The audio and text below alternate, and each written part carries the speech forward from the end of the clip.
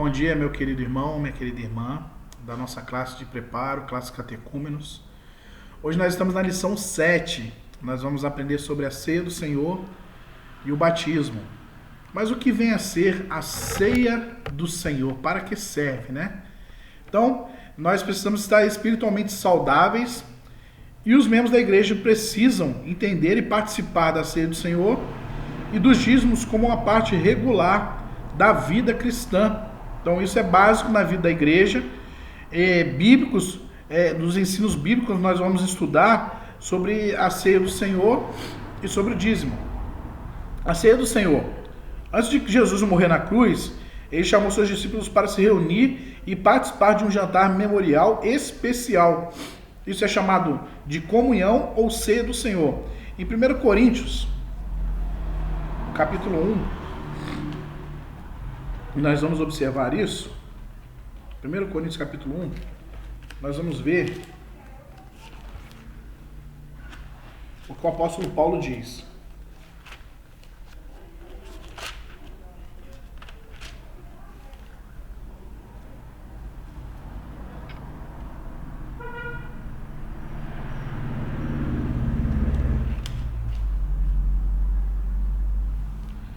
Primeiro Coríntios capítulo 11.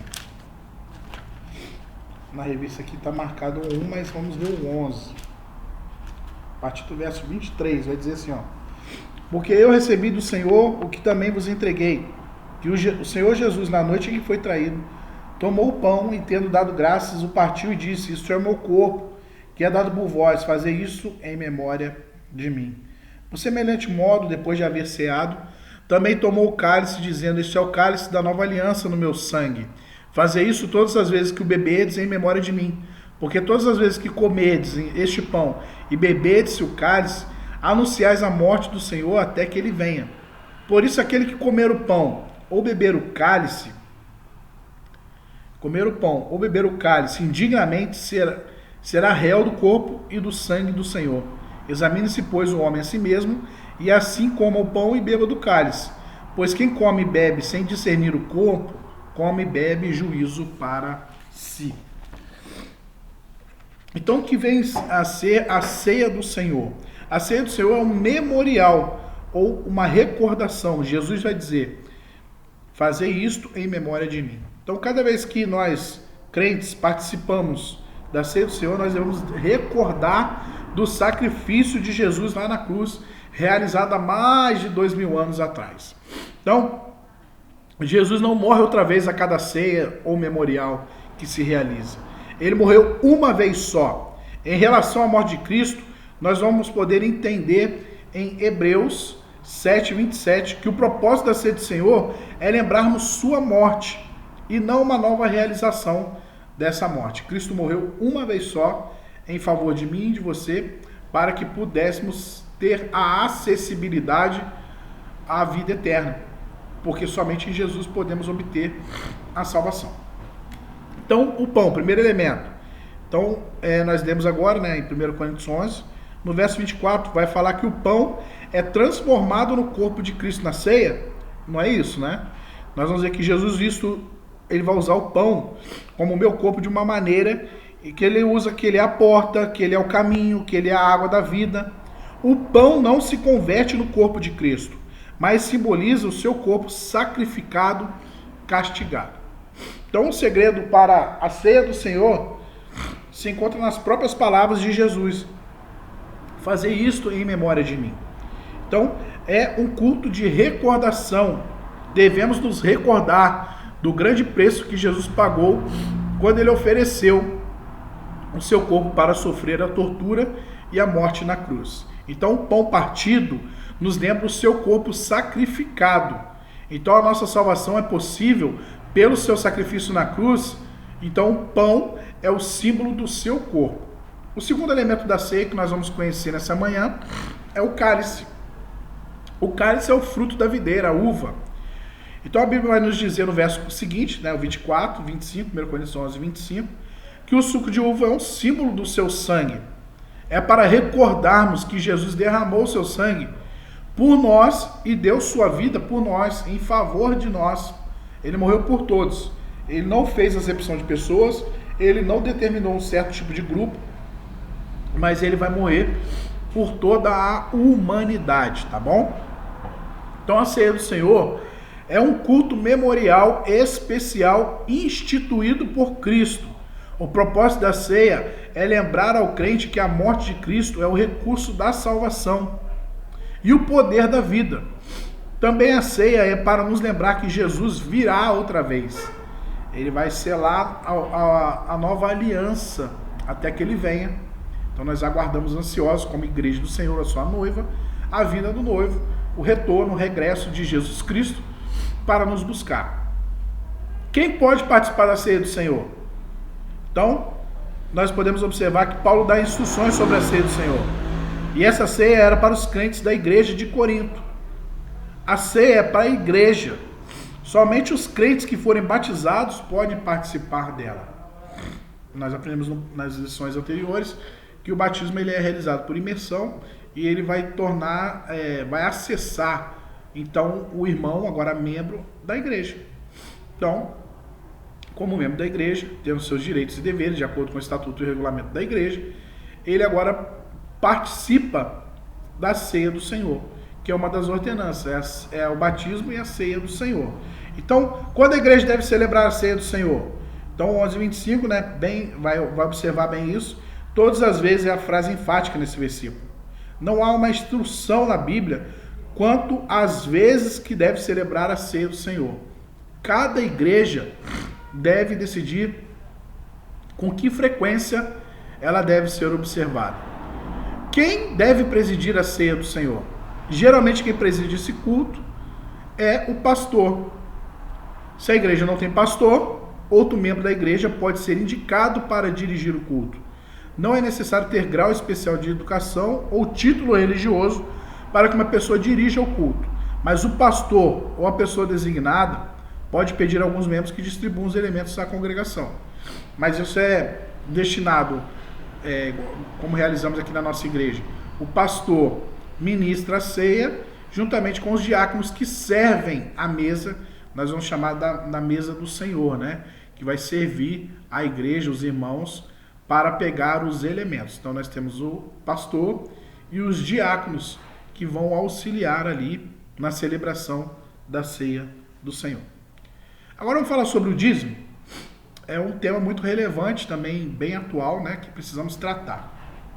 Você, meu irmão, minha irmã, que está acessando agora uma nova criatura e acessando a membresia da nossa igreja, precisa conhecer esses dois termos importantes que fazem parte do cotidiano, da vida de um membro da nossa igreja, e falando de um contexto da igreja batista num todo, né, tradicional.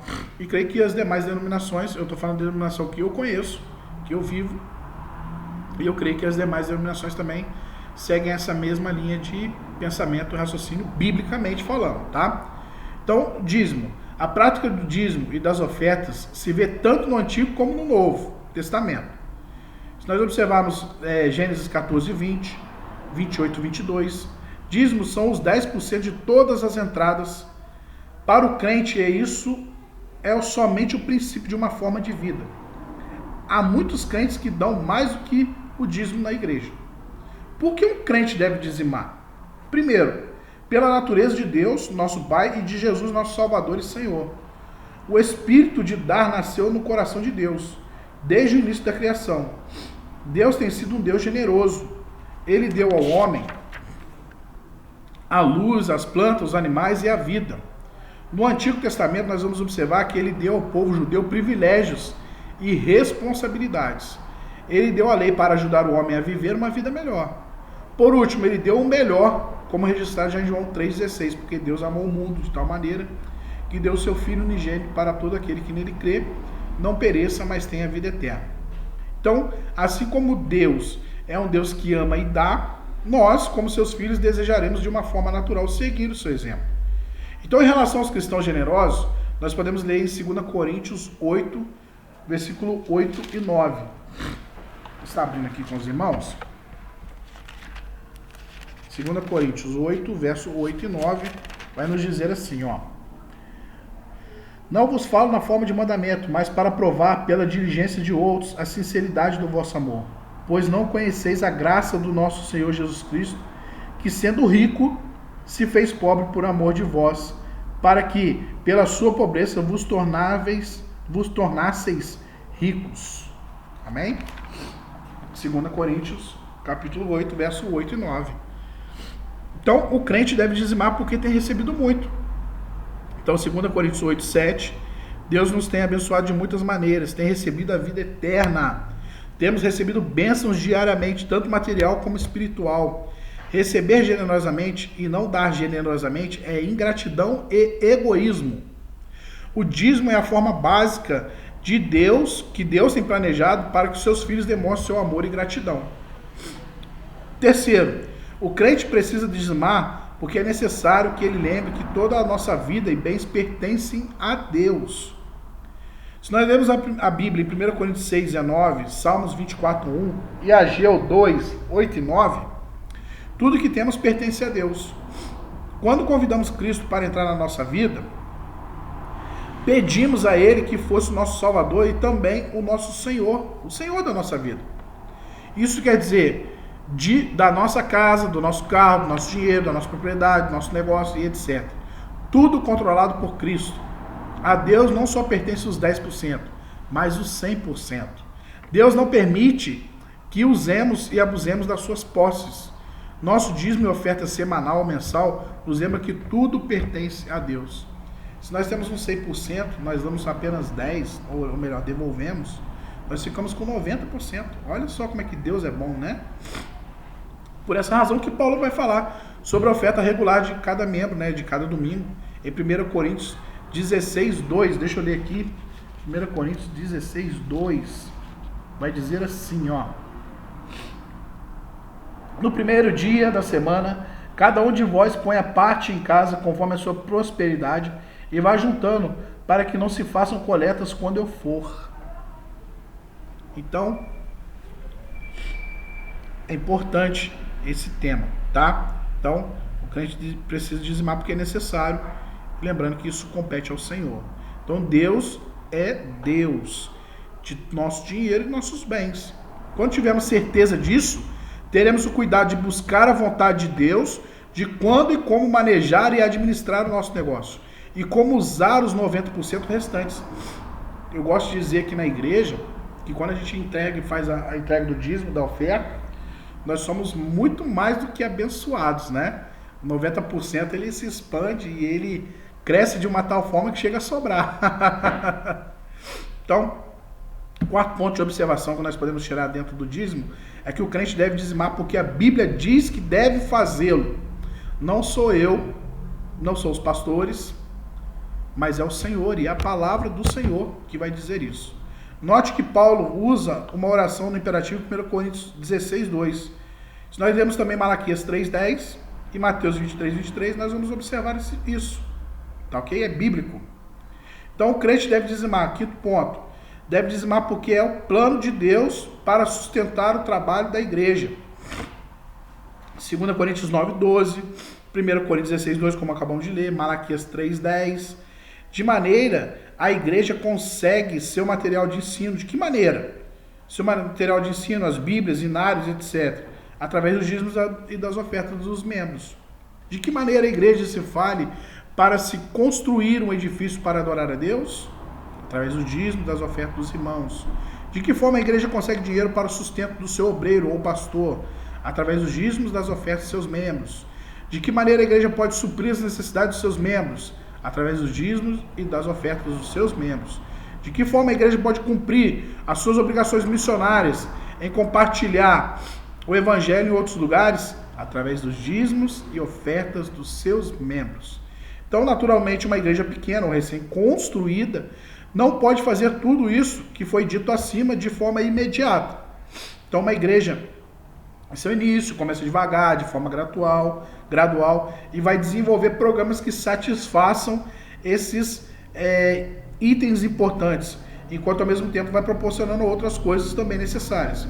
Mas Deus proporciona capacitação para financeiramente entre os membros para que eles possam crer que o Senhor está preparando a igreja para usar sabiamente o seu dinheiro. Então nós temos que ter sabedoria em saber administrar aquilo que o Senhor tem nos dado, né?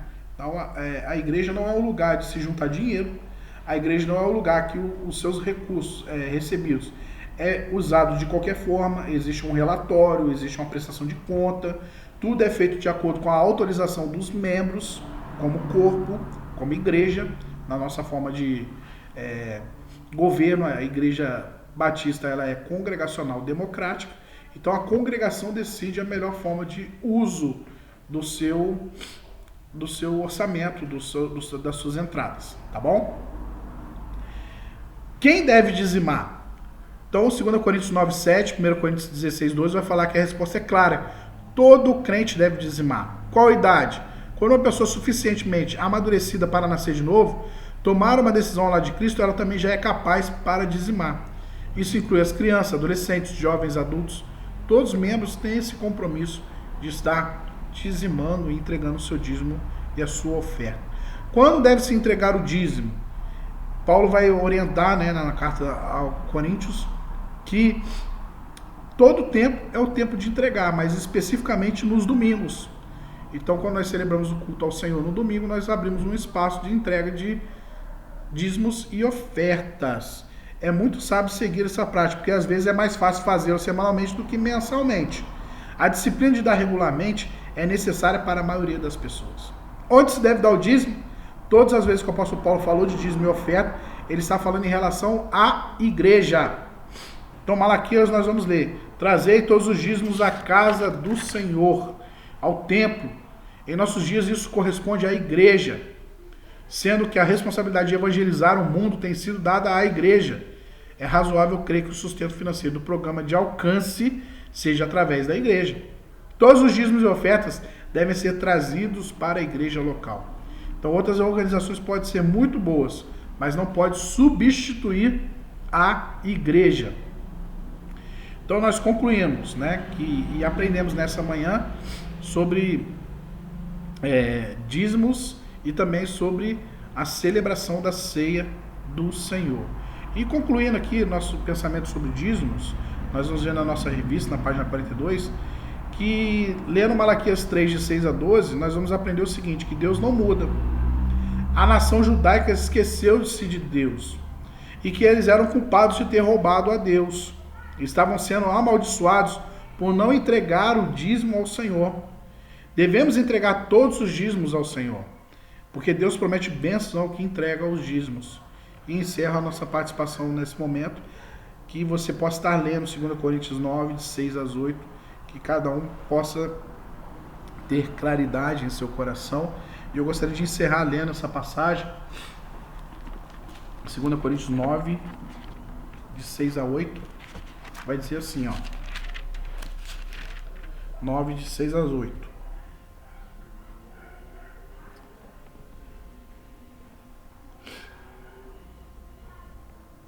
E isso afirma: aquele que semeia pouco, pouco também se fará. E o que semeia com fartura, com abundância também se fará. Cada um contribua segundo tiver proposto no seu coração, não com tristeza ou por necessidade, porque Deus ama a quem dá com a alegria. Deus pode fazer-vos abundar em toda graça, a fim de que, tendo sempre em tudo ampla suficiência, superabundeis em toda boa obra, como está escrito: distribuiu, deu aos pobres, a sua justiça permanece para todo sempre. Que Deus te abençoe, querido, em nome de Jesus. Espero que você tenha aprendido com essa lição de hoje. Qualquer dúvida, nos pergunte, nos procure, se inscreva no nosso canal e seja também usando as plataformas, nossas mídias sociais, acrescentando e também tirando dúvidas. Que Deus te abençoe, em nome de Jesus.